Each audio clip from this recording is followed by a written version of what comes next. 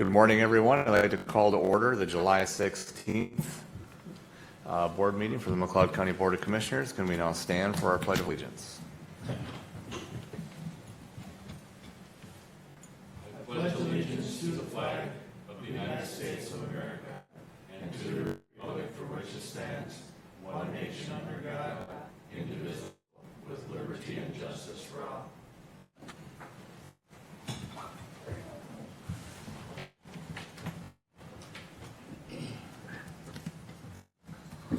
Welcome and good morning. We will begin with our consideration of agenda items. We do have one addition from our attorney's office. I'll call on Mr. Hench to explain that. Thank you, Mr. Chair.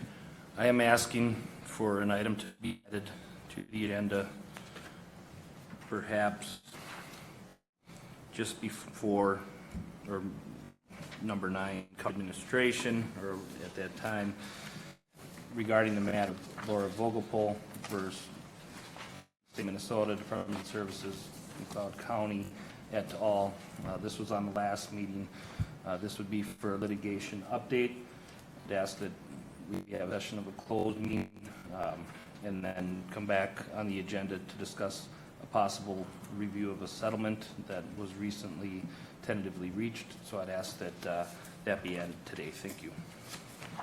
Do we have any other additions or corrections? No other changes, Mr. Chair. Okay, so we'll be adding the business with the attorney's office prior to item number 9, assuming that we'll be coming back and conduct business on that. Move agenda, Mr. Chair, with the addition. Is there a second? Second. We have a motion by Schmal, second by Kruger to approve today's agenda. Is there any further discussion?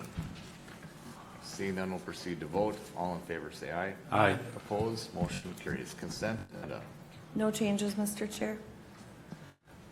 Move consent, Mr. Chair. I can second that. We have a motion by Schmal, second by Wright to approve today's consent agenda. Is there any discussion? Seeing none, we'll proceed to vote. All in favor, say aye. Aye. Opposed? Motion carries. Our next item of business will be calling on our Auditor Treasurer's Office. Good morning, Mr. Chair and Board. Item A is to consider approving the renewal of memorandum agreement between McLeod County and the University of Minnesota, by which McLeod County provides local support for the University of Minnesota employment positions. We do have a presentation. Lori is here to present to us. I will go on with the explanation and have the presentation. So this is a 3-year agreement from January 1, 2025 through December 31st, 2027. The positions included have not changed from the 2022 to 2024 agreement. The McLeod County Extension Committee approved the 2025 proposal as well as the 2025 through 2027 agreement.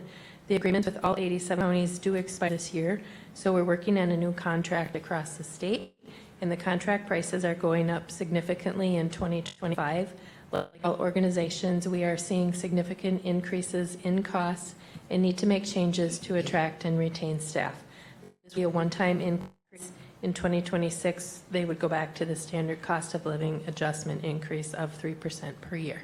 And I will have Lori come up.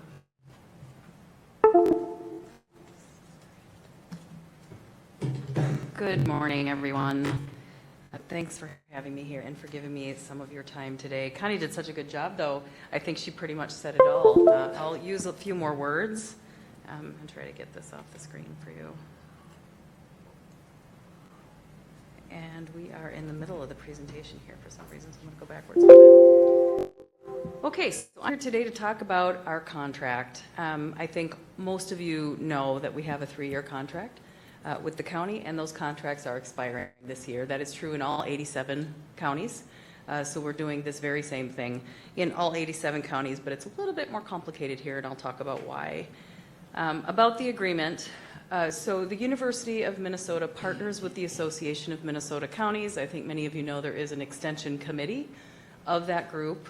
That is the committee that negotiates the prices for these contracts. So they're negotiated on a statewide level. And that was done a couple of months ago, and so here we are today to talk about that.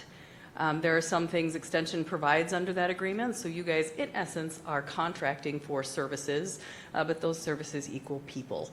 So you know most of the people involved in the contract. I think some of our educators were here a couple of weeks ago talking to you about all the work that they're doing. But that composition of people is different in each county, so you guys get to decide what that looks like for McLeod County. Our budget is split a lot of different ways, but the biggest thing I think to note is that the university it's a partnership. About half of the pie is the university through our state and federal appropriations, and that pays for a lot of different things, but things like my salary, the leadership of the programs across the state, and then some other regional and statewide educators. Another big and growing piece of our pie is gifts and grants, and I think, as you guys know, that's something that in higher education has become increasingly important over the last couple of decades, so we do have a small staff in Extension that's what they do. A lot of those funds are earmarked for specific kinds of work, and usually regionally or statewide. And then the piece of the pie we're here to talk about today, though, is the county piece of the pie. So just under a quarter of our budget is county funding. And like I said, that is funding where the county is deciding, here is the work we want done in this county at the local level. The university, as you know, you're contracting for a service, so we're hiring the people to do that service and managing that performance and all the things that go with it. In return for that, the county is providing office space, administrative support. I think many of you might know Lauren, who is our administrative person. She is phenomenal in every way, so I thank you for that support. You guys provide equipment and computers and then access to technology so that we can do our work, and help us make sure that our technology talks to your technology so that we can work back and forth between the organizations. There are a few new things in the agreement this year outside of just the money piece. We always, every year, listen to our county leaders and their wishes and make some changes to our contracts to address that. So there was some desire to have roles and responsibilities clarified, so we've done that for the Extension Committee as well as for the educators, so you'll see some attachments in the agreement that you have in your packet today, and that's what that's about. The other thing that we changed was the way we charge and pay interns. And the reason for this is quite simple. Like everything else in here, we're having a hard time attracting and retaining people. And we cannot function in the summer, especially our 4-H program and the county fair, without interns. We have full-time summer interns that help us get through that very, very busy time. But in recent years, we have had trouble attracting interns. The university has a very narrow definition of what is an intern. It has to be a current college student. So if I have a youth in the county who just graduated from high school, they may not fit within the definition of an intern. So we've had to do things like change that job classification to a coordinator or another kind of temp casual. And every time I did that, I would have to go before the board and say, do I have your approval? It doesn't cost you any more or less. We make sure the cost is neutral. So to get away from that, we've broadened this category, and we're saying, here's the flat rate. The rate in our contract is based on interns, so it's based on a 40-hour-per-week intern all summer long. We try first to hire those interns, but if we can't, we have the flexibility to hire differently in order to fill that position because we need it. So you won't see me coming before you asking for that simple thing each year. So this is really the bulk of why we're here today, because our prices are going up, and there are a few different reasons for that. So I will talk a little bit about what's all included in that price, but it is not just the salary. It's everything else that goes with that. And as you know, we just can't, like you guys, attract and retain people. We have never done this in the time I've been here, and I think well before. We typically, our contracts go up by a cost of living increase every year, so it's been somewhere between 2 and 2.5%, which just hasn't kept up. At the same time, we've seen drastic rises in fringe benefit rates, things like healthcare, and we also gave a market adjustment during the last contract cycle to try to keep people, but couldn't pass that on to the counties because we were under contract and had a contract price. So we're doing a little bit of a catch-up. We also are still having just a very difficult time attracting and retaining people, so we are doing a classification study like many counties have been doing. And then this contract is allowing us flexibility to make sure we can make good on that. when that classification study is done. So the new price for educators is a $100,000 flat rate. Administrative support, you don't have to worry about. In some counties, the administrative support is a university employee. In your case, it's a county employee, and we do prefer it that way. So that doesn't impact you, and I already kind of explained the interns. The other thing to note is that, like Connie said, it's a 1-year increase. Then we go back for the next 2 years of the contract to a 3% COLA increase. The contracts across the state are all 3 years. Like I said, it doesn't equal salary. The biggest thing that it does include is that fringe benefit, so it's the health care, it's the retirement. But we also handle all the travel and the mileage for educators, which mileage is quite significant, and the professional development. So those things are all wrapped into that one package price. And like I said, the bottom line is it's increasing because we need to do something in order to attract and retain talent. We are hiring young educators and keeping them for a year or two and finding that big agriculture is cold calling them and plucking them away from us for a lot more than what we're offering. And while we may not be able to get quite there, we offer a lot of other things with the university that I think would make our package competitive. But we know when people leave, we do exit interviews, and by far and away, the reason they tell us they're leaving is because we just don't pay enough. So we're trying, and we just need your help to do that. This slide I really don't think I have to talk much about because the educators were just here talking about all the good work they do. You guys have a robust program here. And I know that they're here before you at least once a year talking about the work that they do. From my perspective, I will say I am tremendously proud of the partnership that you guys have with Meeker and Wright County. I came before you a few years ago and we talked about that things were going really well, but I asked for some latitude to try something different anyway because we thought it could be even better, and I think that the partnership we have today has proven to be that. By sharing educators with the 2 other counties, instead of having one educator that has to know everything about everything, you have experts. So you have a crops expert, a livestock expert, and a horticulture expert. For roughly the same amount of money, you guys fund the partnership at a third, so it's 0.33 of each of the 3 educators that you have. So I believe that that is very impactful and a benefit to all 3 counties. I think those of you who know us well would agree. But when it comes to a day like this, it becomes more complicated because anything one county decides impacts the others. And so I've tried to really get ahead of this contract cycle this year, to be doing this early. The contract goes through the end of the year, but we need to make sure that before budgets are set, everybody's in agreement on what they're going to do, because otherwise I end up with fractions of positions across 3 counties. So the budget that we put forward this year, line items, all of the line items stay almost exactly as they were. One is changing minimally just for a software thing. It's not something you guys would even care to really bother with. Every other line item staying exactly the same except for this one. And you know, part of the reason we did that is because we knew that this was going to go up quite significantly. So I will talk real quick just about your county.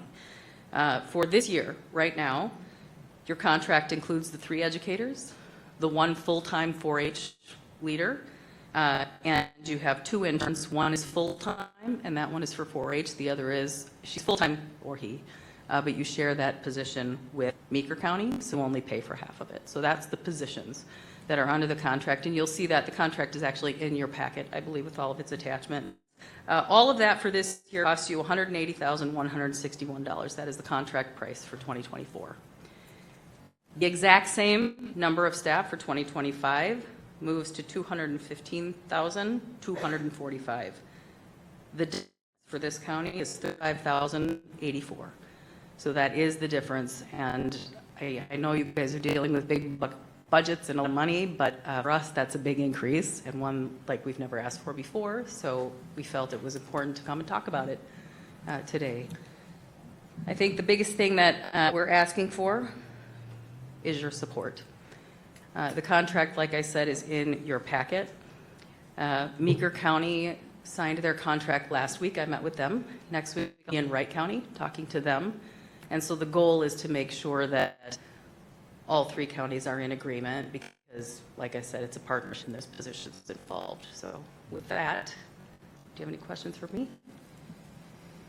Any questions, board? Mr. Chair? Go ahead.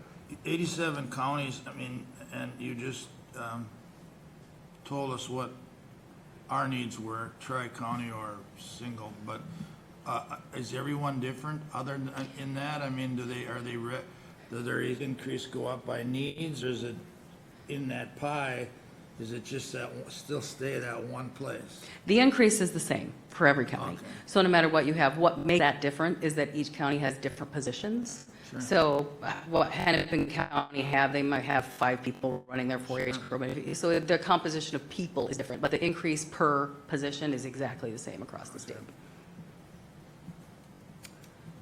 Anything? I know for myself, after seeing the presentation, I think we do know that it does take an investment in order to maintain good talent. But it's after our last board meeting when we had Karen and Taylor and Emily here talking about the program and the impact locally and how they serve our constituents. I think that itself shows the value in the program. And yeah, it does take an investment, but I want to make sure that we do have those resources here in McLeod County, as strong as it is today and going into the future. So I'll make a motion to approve. Is there a second? I'll second it. A motion by Wright, second by Kruger to approve the renewal of the memorandum of agreement between McLeod County and the University of Minnesota. Any further discussion? Mr. Chair, Go ahead, gentlemen. before, I didn't get the difference. I wasn't able to, and Oh. it's probably in packet, but I wanted to have that pulled up right now. The dollar amount is $35,084. That's the difference. So that's the impact. Yeah. Okay, that's what I needed. Thank you. Yep. And like I said, we promise you it's 3% for the next 2 years. I probably won't be here talking about that. Sure. Go ahead. Yeah, thanks, Mr. Chair. And Lori, thanks for coming today and presenting. I heard this presentation at our AMC district meeting last month, so I was aware of the ask, which, and I understand the need, supportive of the need. I thought about, who does this all affect? It affects every citizen in our county. You can call Extension, you can ask about a tree, whether you're a homeowner, whether you're a farmer, whether you're a parcel owner. If you're a farmer, you can call in and ask questions about crops, livestock. So I looked at the effect of the whole program and the positive points that it brings with the county. So with that, I'll say I'm supportive of the ask and appreciate what you do, Lori. Thank you. Thank you so much. Thank you all for having me. Any further questions or comments? Seeing none, we'll proceed to vote. All in favor, say aye. Aye. Opposed, motion carries. Thank you for coming today. Next item. Thank you, Lori. So next, items B and C actually both revolve around our Tyler Technology contract. So item B, consider approving to $37,954 from the Recorder's Compliance Fund for the participation agreement between McLeod County and Tyler Technologies, Inc., including funding for the optional payment processing hardware and software. So back in June of 2021, the county board approved a software as a service agreement with Tyler Technologies for the purchase of IAS World, which is our Canton tax and also cashiering software, with funding up to $400,000 from the Recorder's Compliance Fund. As an update, McLeod County did not purchase the $4,000 cashiering module. We made things work within the software without that. To date, McLeod County has invested $362,045.93 in the project, and there remains still that $37,954.07 in the Recorder's Compliance Fund for us for use. The agreement as provided was a standalone agreement between McLeod County and Tyler Technologies, Inc. So since then, now in June of 2024, Minnesota County's Computer Cooperative, or MNCCC as we refer to it, did approve update pricing of the Tyler Technologies, Inc. participation agreement for use by its members.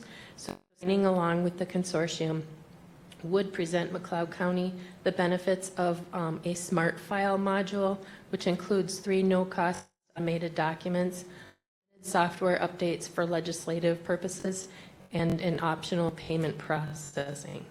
There will be an updated cost to the annual SaaS agreement, in the amount of $17,966, which going forward in 2025 would be covered within the IT budget.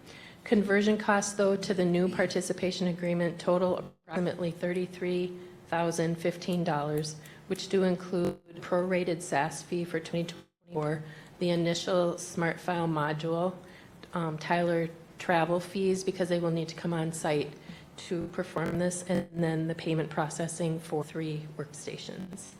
And then also, if this participation agreement is approved, the original contract as signed in 2021 would require a separation agreement between the county and Tyler.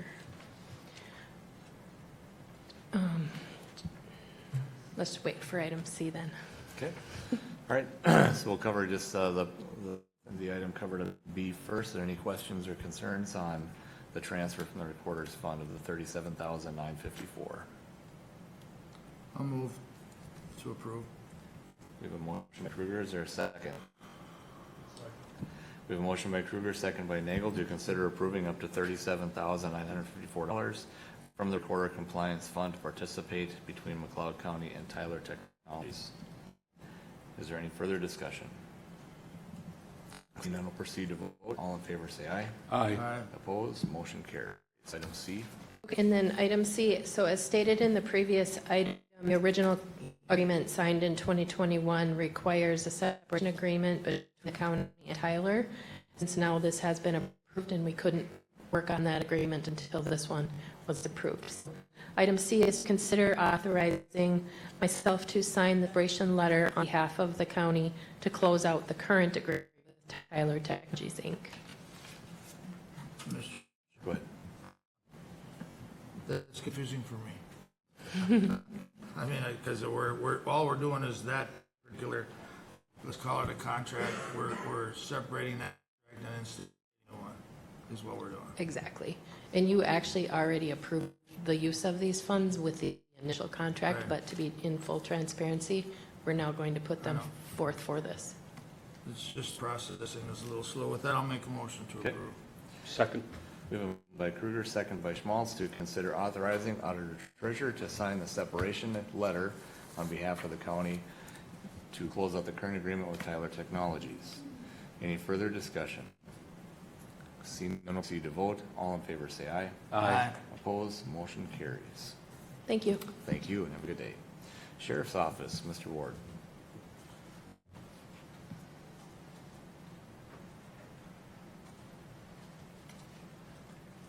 Good morning. Morning. I'm here to consider approving out-of-state travel for Sergeant Darrell Kateria to attend Police Response to Active Shooter Instructor Certification in Clare, Wisconsin. Our cost is $712 with funds from the Sheriff's Office. This is a 32-hour course on September 9, 2024 through September 12, 2024. This is the only class offered in the surrounding area in 2024. It is approximately 2 hours travel time to Eau Claire. The same class is being offered in Crookston, Minnesota in June 2025. Crookston is approximately 4 hours of travel time. Process for registration, fee, lodging, and meals. Mr. Chair. Go ahead. Just an comment, why are you only sending one? I mean, in today's world, and that question just popped in my mind, but Sure. it seems like a reasonable fee, but. We actually do like multi-agency training, so there's other PDs within the county that also have instructors, Glenn, Hutchinson, so the 3 instructors work together to provide training throughout the county for all the agencies involved. Okay. I'll make a motion to approve. Is there a second? Okay, we have a motion by Kruger, second by Nagel, to consider approving out-of-state travel to attend a active shooter instructor certification program. Any further discussion? Seeing none, we'll proceed to vote. All in favor, say aye. Aye. Opposed? Motion carries. Thank you. Thank you. Next up will be employee relations. Hannah. Morning. I have 2 items today. The first item is to consider approving the McLeod County Personnel Policy Edition, which is entitled shift differential and holiday pay. This additional language will only affect employees who are working less than an average of 14 hours a week. And what that means is that that employee is a non-union employee. Also, it only will affect those employees who would have a reason to be scheduled in the evening, working a weekend or a holiday, and will help supporting with staffing. This mainly impacts our law enforcement units. We have some folks that work very rarely, but it will really help with when we're looking to staff people, especially on those evenings, weekends, and holidays, to offer both a shift differential and holiday pay. Can I make a comment, Mr. Chair? Go ahead. So we talked about this in length at our union negotiations during our last contract, and I would say that we probably weren't really thoughtful or aware of that it wasn't happening and why. We discussed it with the union agent and the steward, correct, Hannah, last negotiations, and I believe that this is common. It's not something that wouldn't be done in most counties or cities, and we're hoping to support it. Thank you. Go ahead. The only I have is can I get an example of where shift differential comes into play? So if we had, who was currently a non-union member who worked a weekend, worked a Saturday shift, they would just be getting their shift pay. A shift differential offers $1.33 extra an hour for within that a different pay for working evenings out of regular, I guess, normal traditional hours and weekends. So weekends and nights, the shift differential. I'd have to pull the contract. I believe it's Friday evening at 6 p.m. until Monday morning at 6 a.m. Is that accurate? I believe so. And so what we potentially did here was not do that specific language. This will reflect whatever full-time employees are receiving, and that will not, we will not be dictating that. That will be reflective of our staff that are in those full-time roles who are receiving that shift differential or holiday pay. Essentially what it does is encourages people to want to work for us part-time, filling in, like let's say that you have someone leaving for a different career, but they still want to work in communications and we have room for them, then they would still be able to receive that hourly rate that makes sense. And it's not a detriment to the county to pay somebody who's not full-time the same hourly rate that they could get if they were working full-time. It's just actually a sensible thing that was probably overlooked. I think we've changed some of our practices over the past few years in regards to part-time versus full-time employees, and we want that to be more even. The full-time employees and yourselves all need the part-time employees to support the staff so that we can have people taking vacations or taking medical leaves, whatever it may be, and that this supports that. Mr. Chair? Go ahead. Again, call me slow, but explain to me, I get shift differential and I have nothing against that to attract somebody to work on some of the odder shifts, but I mean, if you're hired for a position that isn't your common 8 to 5, you're already getting a dip pay, correct? You're getting that pay, Commissioner Kruger, if you are within the union. That language is specified in the union, and to be in the union, you need to work over an average of 14 hours every week throughout the year. And so we have it's a very small number of employees, but we do have a number of non-union employees who are not working. They're working very few hours, but they're very helpful for filling in those shifts, just like Administrator Murphy shared. And so these are those that are not included in that union and are not receiving a shift differential or holiday pay at this time. So that's the number of employees, or just, with that, I'll make a motion to approve. Okay, we have a motion by Kruger. Is there a second? Second. Second by Schmaltz to consider approving the McLeod County personnel, the addition of the shift differential and holiday pay. Is there any further discussion? Seeing none, will proceed to vote. All in favor, say aye. Aye. Opposed, motion carries. Thank you, I appreciate it. Item B is considering approving the request to offer a temporary stipend to one of our Health and Human Services employees who's covering other job duties while a staff member is on temporary leave. I didn't specify this, but this would be a $75 per pay period temporary stipend. Mr. Chair, Go ahead. could you define temporarily a little better, or? Right now, we don't have defined data when the duties will be back to the person the person's on kind of an extended family leave right now. But I would assume this would be before the end of the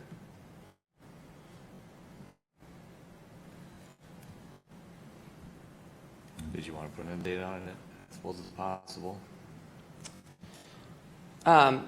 If you'd like me to do that, then I can obviously bring it back to the board if there's a need to extend it. But we could, if you'd like us to. I think that in the past, we've typically put an ending date on it.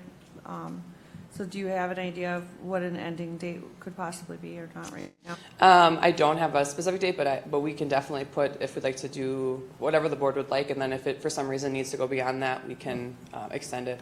They don't know the date. Let's Someone's leave though. let's just are we comfortable doing it through the end of 2024?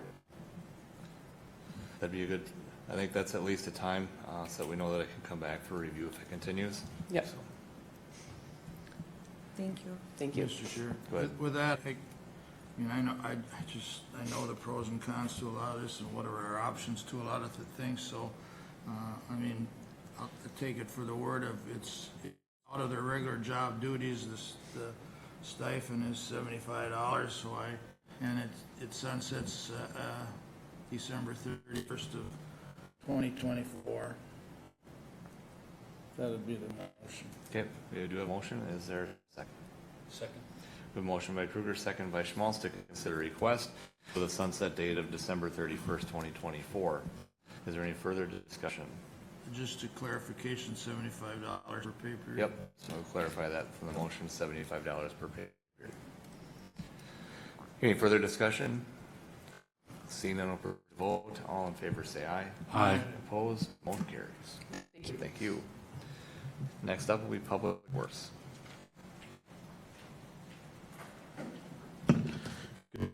Morning. Please consider approving the purchase of new UW56 Bobcat Toolcat and farm right equipment of Dassel, Minnesota at an estimated state contract price of $6,500 after trade value is with funds in the fairgrounds budget. This purchase places a 2018 5600 Toolcat with over 2,600 hours on it. This Toolcat's showing its age and has been in the shop quite a bit over the last year. This is our most utilized piece of equipment in our public works fleet. Due to its versatility, it's used every day at the fairgrounds and the parks. And we're just running into reliability issues with it at this point. A lot of very minor repairs that need to happen on it, and some major coming up. So already sending the other one, the old one down the road then? Yes, the other one will be traded in on this one. Move to approve. Okay, we have a motion by Nagel. Is there a second? I'll second it. We have a motion by Kruger, motion by Nagel, second by Kruger to approve the purchase of a new Bobcat Toolcat from Farm Ready Equipment for the price of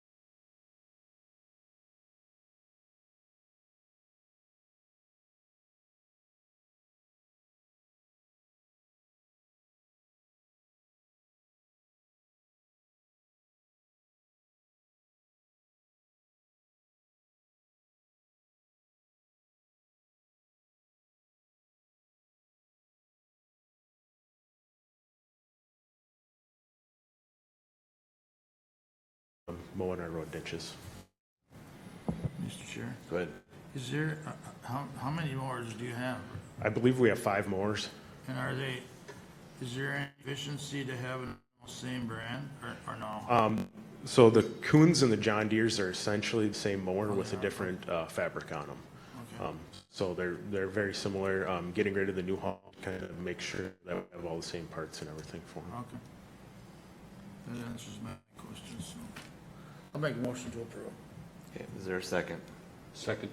Motion by Kruger and a second by Schmaltz to approve the purchase of a 2024 Kuhn 8-foot rotary disc mower from Arnold's at a cost of $8,250. Any further discussion? I do have one Yep. in discussion, they hold a fairly good, I mean, for what I noticed, disc mowers are, in demand. They hold a fairly good resale, or because of just the way the hours and miles they put on them, don't we get much, how are we? We're actually starting to get better value out of it as our fleet's been updating. We're getting to the point now where we're just about where we can go down one more mower, and carry 1 spare or 2 spares, which we'll be doing next couple of years, just because we've kept up on the maintenance and kept up on the replacement schedule on these. They don't get the greatest resale value with the amount of use we give them. Unless you want to buy one. Yeah. That's right. That's exactly right. Any further discussion? We'll then proceed to vote. All in favor, say aye. Aye. Opposed, motion carries. Thank you. Thank you. Next up will be information technology. Matt Troska.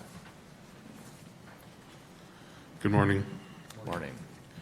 We're here to consider approval of statement of work from Cyberforce Q of Plymouth, Michigan for the purchase and implementation of a security information and event management or SIEM solution from the Minnesota County Computers Cooperative contract price of $46,935.29 with funds from the information technology budget. The SIM solution This SIM solution will allow us to centrally collect and retain security logs that are generated by various computer and network systems, generate alerts, create reports, and make logs searchable, making it easier to find specific items when looking.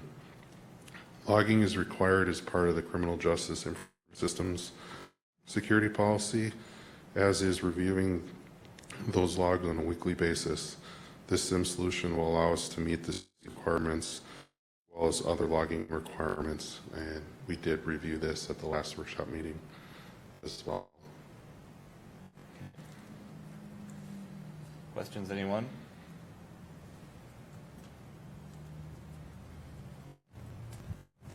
Questions or a motion? Okay. We have a motion by Nagel. Is there a second? I'll second. We have a motion by Nagel and a second by Kruger to consider approval of the statement of work for the purchase and implementation at a contract price of $46,935.29 with funds from the information technology budget. Any further discussion? Seeing none, proceed to vote. All in favor say aye. Aye. Opposed? Motion carries. Matt, I think you had us a little bit stunned as to exactly what was all going on there, so I'm glad that you have a handle on all the details of that, so. Thank you. Thank you. Matt. Our next item will be our added item. We will be going into a closed meeting. This closed meeting is per state statute 18D.05 Division 3B under attorney-client privilege to discuss the Laura Vogel versus McLeod County Health and Human Services. We will need a motion to go into a closed meeting. I'll make that motion, Mr. Chair. Is there a second? I can second that. We have a motion by Crew, second by Wright to go into our closed meeting. Any discussion on that? Then proceed to vote. All in favor say aye. Aye. Opposed? Motion carried. We have a minute to clear the room. We'll proceed to the meeting. It's assumed that we'll have a business session after this.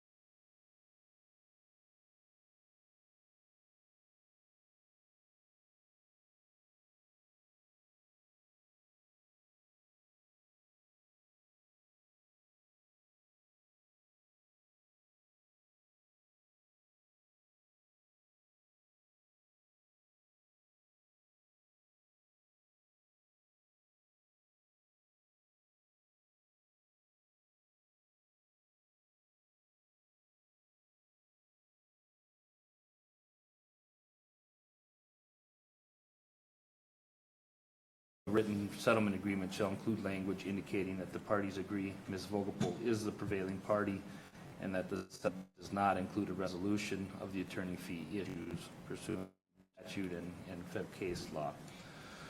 So what this sounds to, for those that weren't at the closed meeting, this was a case where in federal court, Ms. Vogelpohl alleged that when she waived certain rights to a disqualification hearing regarding federal benefits, that waiver form was inaccurate and did not include all of the terms necessary to comply with federal law.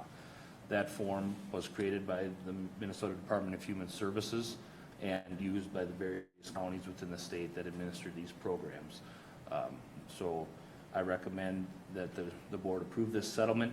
The Department of Human Services has taken the lead as far as bringing these terms into fruition and covering any monetary obligations associated with them to date. So I believe it's a reasonable way to resolve this federal litigation early on in the process and an efficient way to do so. So thank you. Mr. Chair, Yes. I'll move request as presented by County Attorney Hatch. We have a motion. Is there a second? We have a motion by Schmal, second by Nagel, to approve a motion that contains the language that has been brought forward by our attorney's office and Ryan Hatch. Is there any further discussion? Seeing none, we'll proceed to vote. All in favor say aye. Aye. Opposed, motion carries. Thank you. We'll then move on to our review of our commissioners' calendars. Mr. Nagel, you have yours ready to go? Yep, that's fine. I did have some time away, so I missed the last meeting, so I apologize for that, but I don't apologize for it either, so it was good to get away, and I appreciate the time.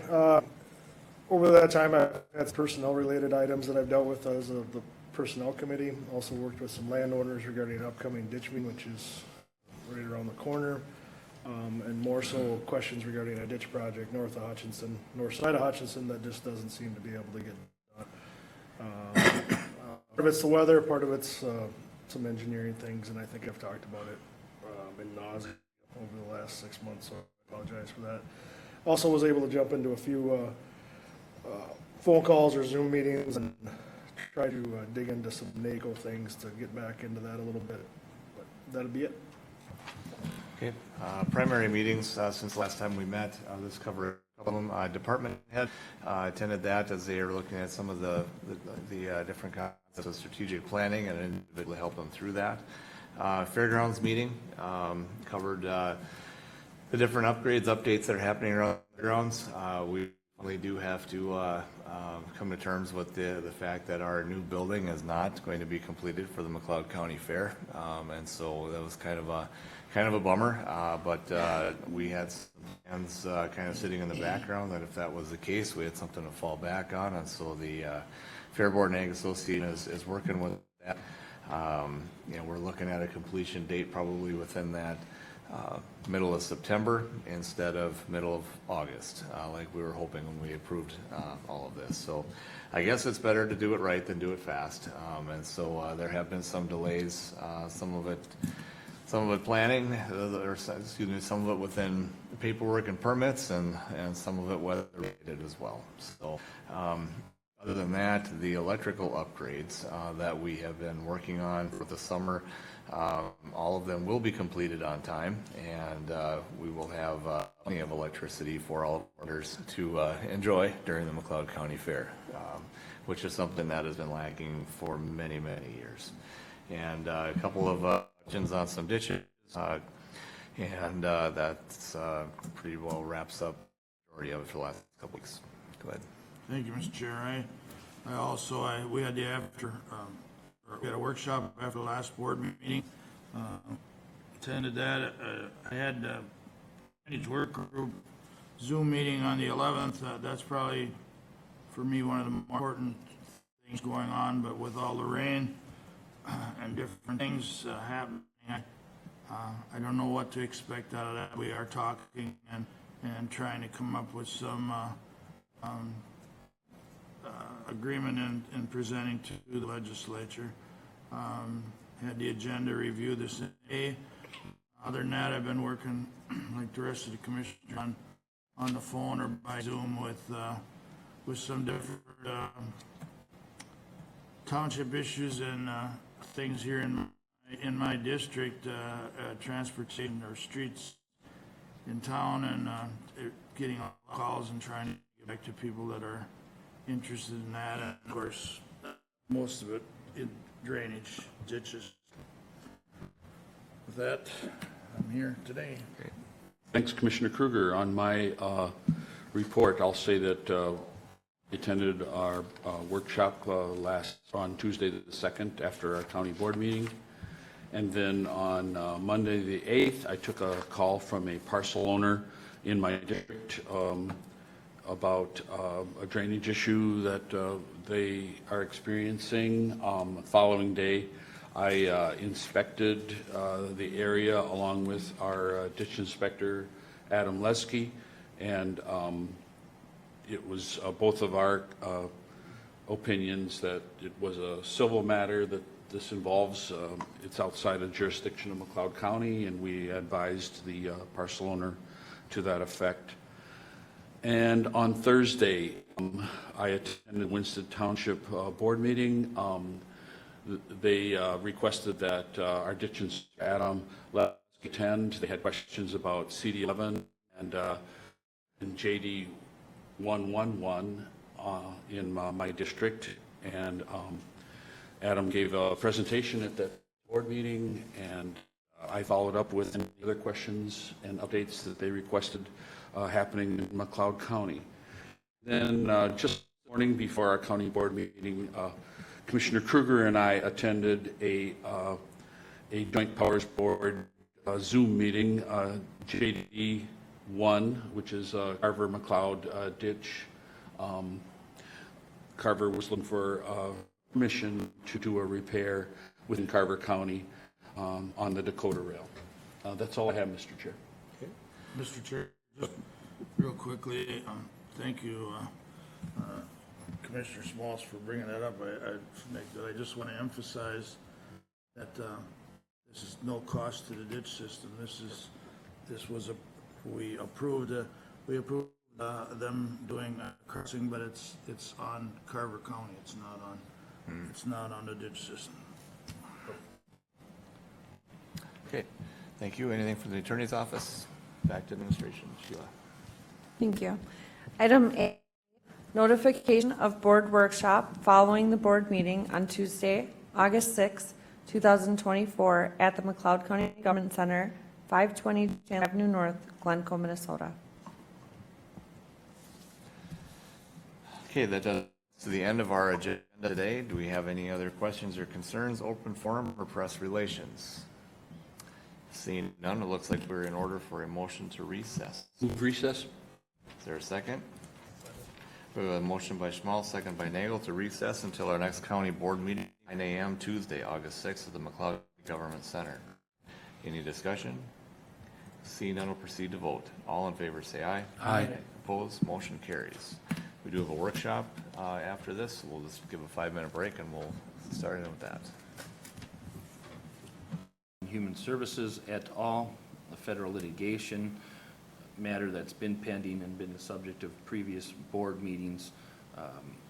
Following the update that we just had in closed meeting, what I'm asking the board to do is approve a settlement that includes the terms as follows, and then in addition to that, authorize myself or any county or assistant county attorney within my office to execute said settlement agreement. The material terms of that settlement agreement would be as follows: that the Minnesota Department of Human Services, 1, will develop a new waiver of hearing form that fully complies with 7 CFR Section 273 of federal statute and any related statutes or regulations. 2, that the Minnesota Department of Human Services will rescind the disqualification that was issued to Ms. Vogelpohl. 3, that the Minnesota Department of Human Services will pay Ms. Vogelpohl a sum of $4,092. The Department of Human Services acknowledges that Ms. Vogelpohl is the prevailing party for purposes of an award of attorney fees under Section 1988 of federal law, and that if the parties cannot resolve the attorney's fees issues without the assistance of the court, a written settlement agreement shall include language indicating that the parties agree Ms. Vogelpohl is the prevailing party and that the settlement does not include a resolution of the attorney fee issues pursuant to statute and federal case law. So what this amounts to, for those that weren't at the closed meeting, this was a case where in federal court, Ms. Vogelpohl alleged that when she waived certain rights to a disqualification hearing regarding federal benefits, that waiver form was inaccurate and did not include all of the terms necessary to comply with federal law. That form was created by the Minnesota Department of Human Services and used by the various counties within the state that administer these programs. So I recommend that the board approve this settlement. The Department of Human Services has taken the lead as far as bringing these terms into fruition and covering any monetary obligations associated with them to date. So I believe it's a reasonable way to resolve this federal litigation early on in the process and an efficient way to do so. So thank you. Mr. Chair, Yes. I'll move request as presented by County Attorney Hatch. We have a motion. Is there a second? We have a motion by Schmal, second by Nagel, to approve a motion that contains the language that has been brought forward by our attorney's office and Ryan Hatch. Is there any further discussion? Seeing none, we'll proceed to vote. All in favor, say aye. Aye. Opposed, motion carries. Thank you. We'll then move on to our review of our commissioners' calendars. Mr. Nagel, you have yours ready to go? Yep, that's fine. I did have some time away, so I missed the last meeting, so I apologize for that, but I don't apologize for it either, so it was good to get away, and I appreciate the time. Over that time, I've had some personnel-related items that I've dealt with as of the Personnel Committee. Also worked with some landowners regarding an upcoming ditch meeting, which is right around the corner. And more so questions regarding a ditch project north side of Hutchinson, that just doesn't seem to be able to get done. Part of it's the weather, part of it's some engineering things, and I think I've talked about it in nauseam over the last 6 months, so I apologize for that. Also was able to jump into a few phone calls or Zoom meetings, and then tried to dig into some NACO things to get back into that a little bit, but that'll be it. Okay, primary meetings since the last time we met, let's cover a couple of them. Department head attended that as they are looking at some of the different concepts of strategic planning and an individual to help them through that. Fairgrounds meeting covered the different updates that are happening around the fairgrounds. We finally do have to come to terms with the fact that our new building is not going to be completed for the McLeod County Fair, and so that was kind of a bummer, but we had some plans kind of sitting in the background that if that was the case, we had something to fall back on, and so the Fair Board and Ag Association is working with that.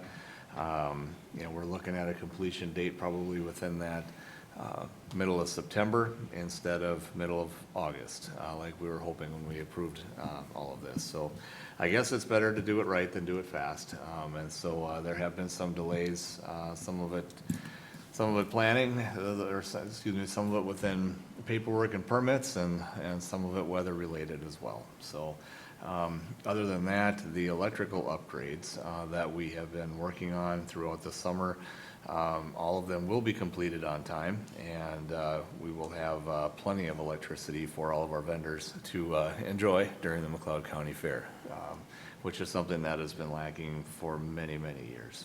And a couple of questions on some ditches, and that's pretty well wraps up the majority of it for the last couple weeks. Go ahead. Thank you, Mr. Chair. We had we had a workshop after the last board meeting. Attended that. I had drainage work group Zoom meeting on the 11th. That's probably, for me, one of the more important things going on, but with all the rain and different things happening, I don't know what to expect out of that, but we are talking and trying to come up with some agreement in presenting to the legislature. Had the agenda review the same day. Other than that, I've been working, like the rest of the commissioners, on the phone or by Zoom with some different township issues and things here in my district, transportation or streets in town, and getting a lot of calls and trying to get back to people that are interested in that, and of course, most of it in drainage ditches. With that, I'm here today. Thanks, Commissioner Kruger. On my report, I'll say that I attended our workshop on Tuesday the 2nd after our county board meeting. And then on Monday the 8th, I took a call from a parcel owner in my district about a drainage issue that they are experiencing. The following day, I inspected the area along with our ditch inspector, Adam Lesky, and it was both of our opinions that it was a civil matter that this involves. It's outside of jurisdiction of McLeod County, and we advised the parcel owner to that effect. And on Thursday, I attended the Winston Township board meeting.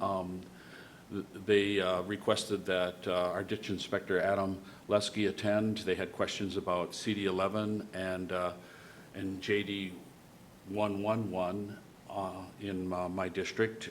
And Adam gave a presentation at that town board meeting, and I followed up with any other questions and updates that they requested happening in McLeod County. And then just this morning before our county board meeting, Commissioner Kruger and I attended a Joint Powers Board Zoom meeting, JD 1, which is Carver McLeod ditch. Carver was looking for permission to do a repair within Carver County on the Dakota Rail. That's all I have, Mr. Chair. Mr. Chair, just real quickly, thank you, Commissioner Smalls, for bringing that up. I just want to emphasize that this is no cost to the ditch system. We approved them doing a crossing, but it's on Carver County. It's not on the ditch system.